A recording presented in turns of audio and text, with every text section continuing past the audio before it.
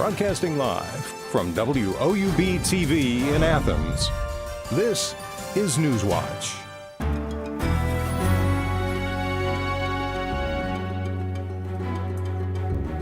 Hello and welcome to a special edition of Newswatch. I'm Abby Grisey. On tonight's show, we're focusing on sexual assault in Athens. It's a sensitive topic, and the stories you'll hear have detailed descriptions of sexual assault, which may not be suitable for all viewers. It's been almost a year since the beginning of the Me Too movement, and today Congress delayed the vote of Supreme Court Justice nominee Brett Kavanaugh due to sexual misconduct allegations. Here in Athens, students and community members are trying to grapple with the number of sexual assault reports in the past several weeks. Here's a rundown of reports from the OU and Athens police departments. First, a third party reported a female was raped by an unknown male on the night of August 25th, which was OU's opening weekend. It happened in an unknown residence between Mill Street and Crawford Hall. Then 2 more rapes were reported to OUPD and APD the next weekend. One was a kidnapping and rape where the victim was forced into a vehicle and then raped in her dorm room. The other was a sexual assault near Mill Street. Police are investigating to see if those assaults that occurred during the weekend of September 2nd are related, because they are located in the vicinity of Mill Street. On September 5th, OUPD received an anonymous rape report from the hospital. The male suspect touched the female victim without consent and used force to engage in sexual conduct after being told to stop. On September 18th, a male suspect grabbed a female victim's backpack, then her hand, then her butt. She hit the suspect in the head and sprayed him with pepper spray so she could leave the area. And on September 23rd, a student visiting from out of town says she was sexually assaulted by a known suspect in the Mill Street area. Those are only the reports for this semester. Each year, the university has to report crime statistics in what's called the Cleary Report. In 2016, 32 rapes were reported on campus. 26 of them were in residential facilities. That yearly total was up from the 20 reports in 2015 and the 19 reports in 2014. But this isn't just an issue for Ohio University. The U.S. Department of Justice reports 20 to 25% of college women are victims of forced sex during college. The same goes for 15% of college men. So let's compare OU to other schools. Again, there were 32 reports of rape in 2016. And Ohio State has more than double of Ohio University's student population. Its Cleary report shows the university had 61 reports of rape. University of Cincinnati has around the same amount of students as Ohio University and had a total of 12 reports of rape in 2016. This year's Cleary reports will be released soon. In the Athens City Police Department 2017 report, it says there were 31 reports of rape in the city. This is more than the 10-year average of 22 reports, but it's down from 2016, which had 40 reports of rape. But the total amount of sexual assaults doesn't account for victims who have not gone to the police. Newswatch's Taylor Pacelli spoke with one survivor who's speaking publicly for the first time about the night she says she was sexually assaulted. Taylor? 2 years ago, Heather Griffiths was looking forward to celebrating after getting into her sorority. But as you'll hear from her, that night has altered the course of her life. I just sort of want to still to this day move past it and forget about it. Heather Griffiths, a former Ohio University student, says she was sexually assaulted the night after she joined a sorority, a day known as Srat Monday. We all went to this party, and so we show up this house, and right, obviously everyone's drinking, everyone's having a fun time, there's music, there's beer pong out on the table, just like people are all mingling and hanging out, that kind of thing. Griffiths says soon after arriving at the party, she struck up a conversation with a guy. He was wearing a Canadian hockey jersey for the Maple Leafs, and I'm Canadian and I support the Maple Leafs, so I sort of was like, oh, hey, you're like a Leafs fan, I'm Canadian. He sort of then started to talk to me and started to flirt with me. They played drinking games together, but not on the same team as me, against me, which I remember thinking was really weird. And so we started playing beer pong, and he was really good, and I lost. So I ended up chugging a lot of beer, which happens when you lose beer pong. But that was just the start. He kept handing me more beer, and I kept drinking more and drinking more. When her friends decided they were ready to go home, Heather decided to stay. And I asked him, oh, will you walk me home afterwards? I want one more drink, and then will you walk me home? And to this day, I'm like, why? I don't know. I guess part of me still thinks, sort of blames myself for that, I guess, of just being why did I stay? That was so dumb. It escalated quickly. I remember we went upstairs to his room. At some stage, I remember throwing up in his bathroom, And I remember him being really mad that I threw up. And then I remember having sex. And I don't remember if we said yes or no. I don't remember how it happened. I just remember it happening. The next day, Heather says, was painful.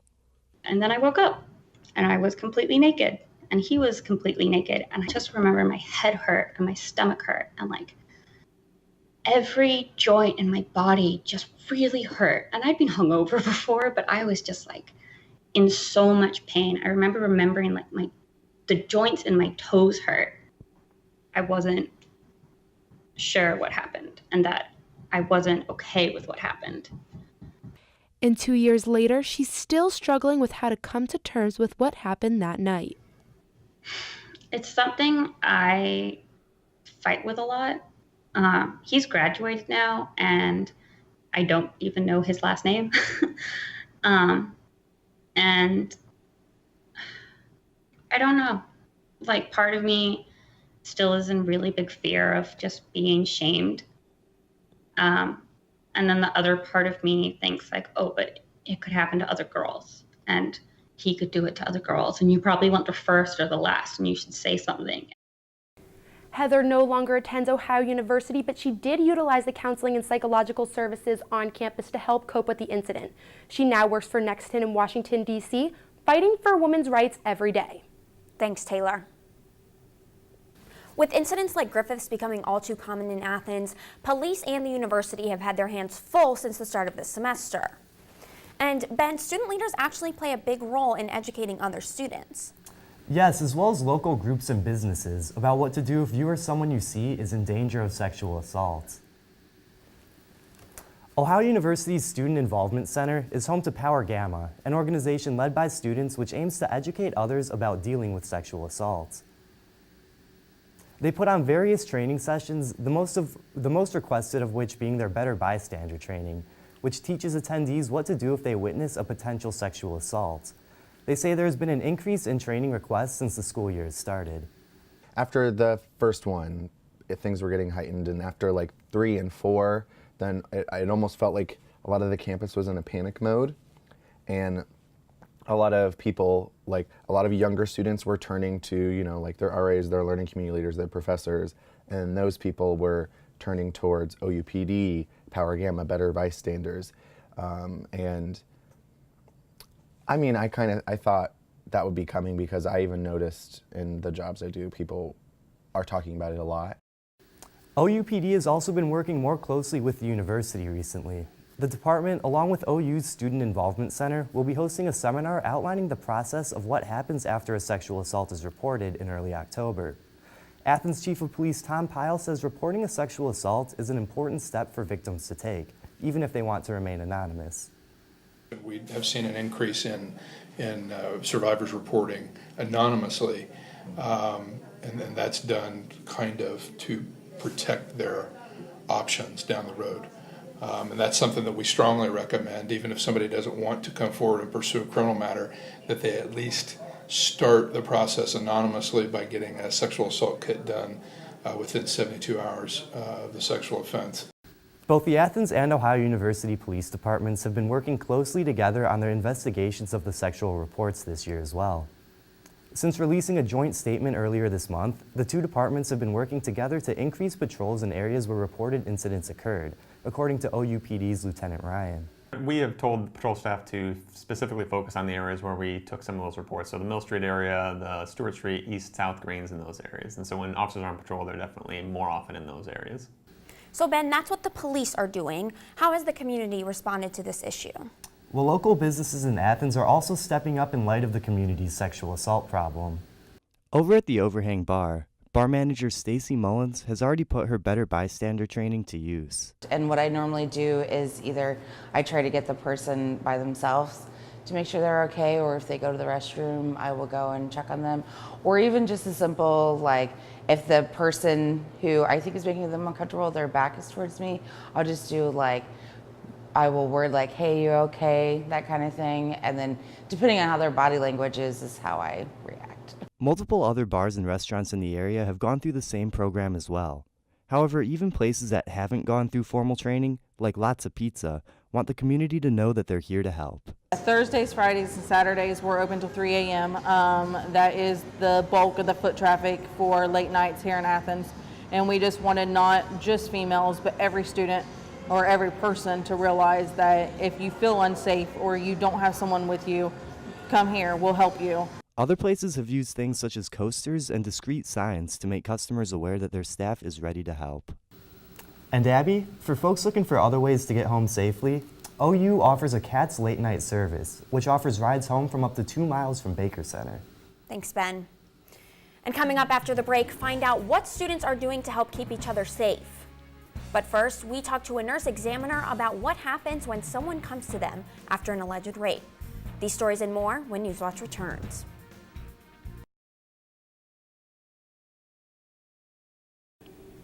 Sexual assault doesn't just end after the crime has occurred.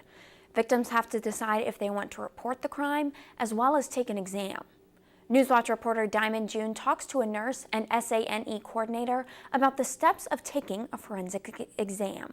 It is a long process. It's not I'm going to be in here for a few minutes and leave. It's on average about 4 hours. Sometimes it can go quicker, sometimes they can go a little longer, it depends. But when they come in, we explain kind of what the process is, and each time before we do a step, we explain what we're going to do before we do it and give that patient the option each time. So we get like a written consent that says, yes, you can collect this evidence. If you find injuries, you can take photos if need be, but we let them know at any time they can change that. So if they want to start the kit and they change their mind, that's fine. But yeah, there's a lot of swabs that we do. There's oral, fingernails, and then any genital swabs. We also collect a history, which is for us to kind of diagnose and treat, and also to look for where we may need to swab. So depending on what occurred, if they were grabbed or something, we may try to swab where they were grabbed, or if they say, I think he kissed me, or I remember feeling his breath on me, then we would swab like the neck. We also do a head to toe, and we're looking for any injuries. We keep the patient covered as much as possible, and what I usually do is, because our gowns have buttons on the sleeves, I'll unbutton one part and keep them as covered as I can, and I'll look at their arm and then just kind of look at them so that they stay covered so they're not completely exposed. For the extended version of the interview, head to WOUB's YouTube channel. Later in the show, we talk with Survivor Advocacy Outreach Program Coordinator Jennifer Seifert. She'll explain how SAOP helps victims. It's on us, Bobcats. That was the name of the student-organized rally to support victims of sexual assault yesterday evening. Newswatch reporter Connor Kierick has the message participants gathered to share. I believe you and I hear you. Our assaults were never and will never be our fault. That's Brianna Civi, a survivor of sexual assault. More than 500 people gather in front of Cutler Hall to share this message. Survivors, we stand with you.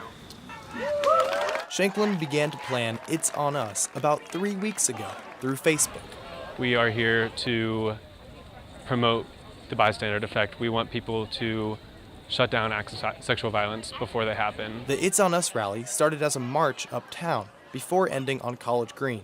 There, people shared stories of recovery and also messages of support. Tori Doran was one of those people sharing her experience. But trust me, it wasn't easy.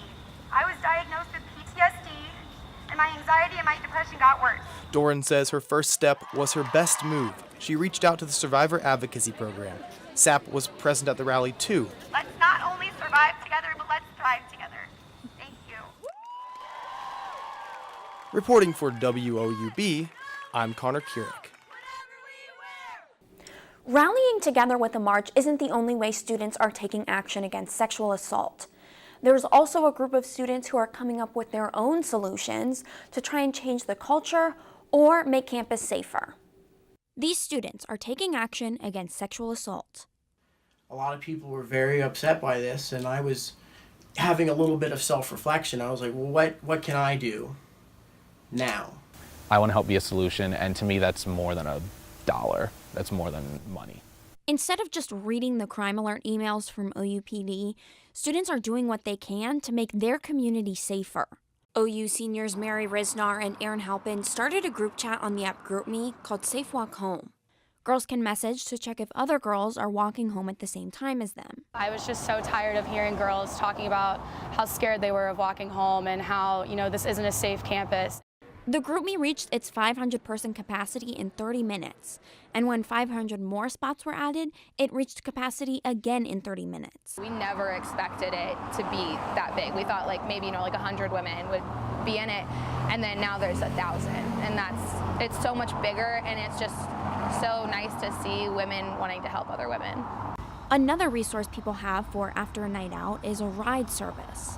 Matthew Shiflett is a Lyft driver in Athens and said in a tweet he would walk passengers from the car to their door. Making sure people get home safely is more important to me than the extra couple of bucks I can make if I leave you 30 seconds sooner or something. Whether you're on the job or not, we have to take care of each other.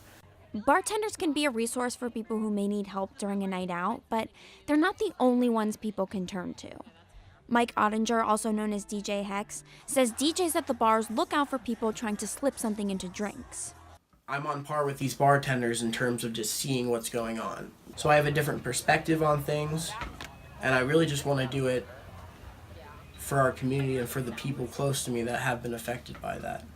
Though the long-term effects of these measures students have taken are uncertain, it's clear they're trying to turn what some might call a helpless situation into something good. I hope that other people help find a solution, that other people are willing to step up, be the difference, just to be better people, be better Bobcats. The group chat Safe Walk Home is now at almost 2,000 members. Coming up on Newswatch, Ohio Greek Life tried to show support by hanging banners, but it actually caused some trouble. And reporter Elise Hammond takes a look at how people are reacting to the assaults on social media. Those stories are still ahead.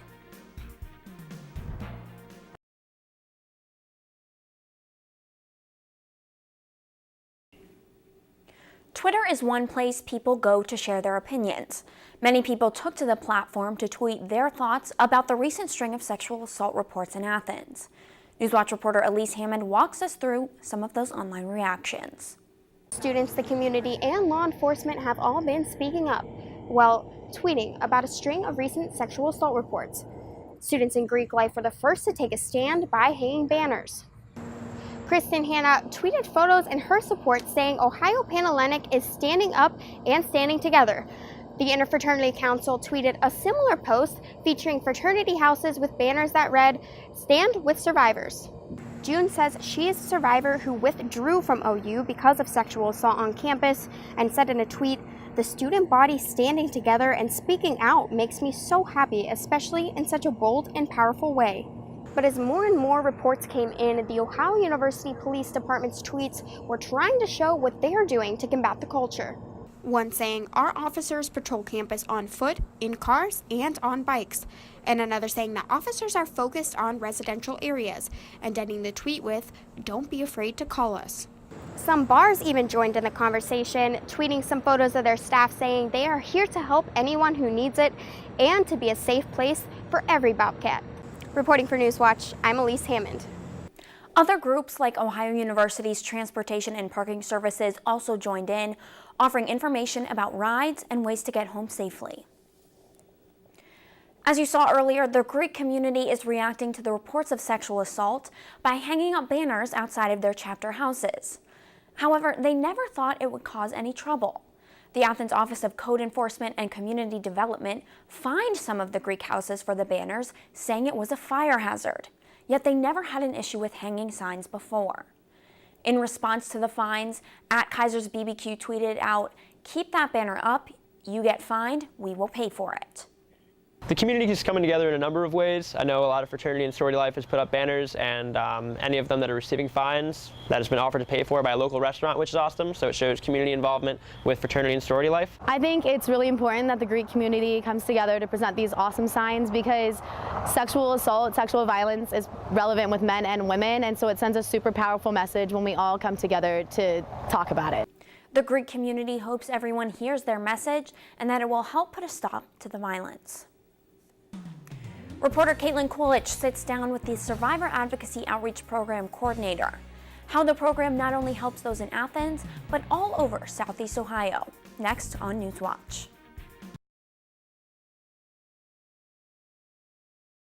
Sexual assault is not just a campus issue, but an issue within the Southeastern Ohio region. Caitlin Coolidge sat down with Program Coordinator Jennifer Seifert to talk about what the Survivor Advocacy Outreach Program provides. Jennifer Seifert has been with SAOP for several years and says they help people in 7 counties throughout Southeast Ohio. And she says there are ways you can help people who may be victims of sexual assault. So we're a confidential rape crisis center that serves 7 counties in Southeast Ohio. So that includes Athens, Hocking, Perry, Morgan, Vinton, Gallia, and Meigs. So really kind of the entire Southeast Ohio region minus a few of the counties. And so what we do is provide advocacy services and prevention education to our communities. And the advocacy services we provide to survivors of sexual violence, domestic violence, and stalking. So most kind of relational type violence, we will work with someone to help with medical issues, legal issues, oftentimes, accompanying those folks to court. If that's the path they should choose, we can, help people report to law enforcement if that's what they would choose. But we also operate a 24-hour crisis line, and that's available to anybody to call 24 hours a day, 7 days a week, to get in touch with an advocate. So if they want to learn more about our resources, or if they want somebody to talk to, that line is always available, and someone will answer. To learn more about SAOP and what you can do to help sexual assault survivors, visit WOUB's YouTube page. Thanks, Caitlin. And that does it for this special edition of Newswatch. Thanks for watching. I'm Abby Grisey. Stay tuned for the PBS NewsHour coming up next. And remember, you can find the latest news anytime at WOUB.org. Have a great night.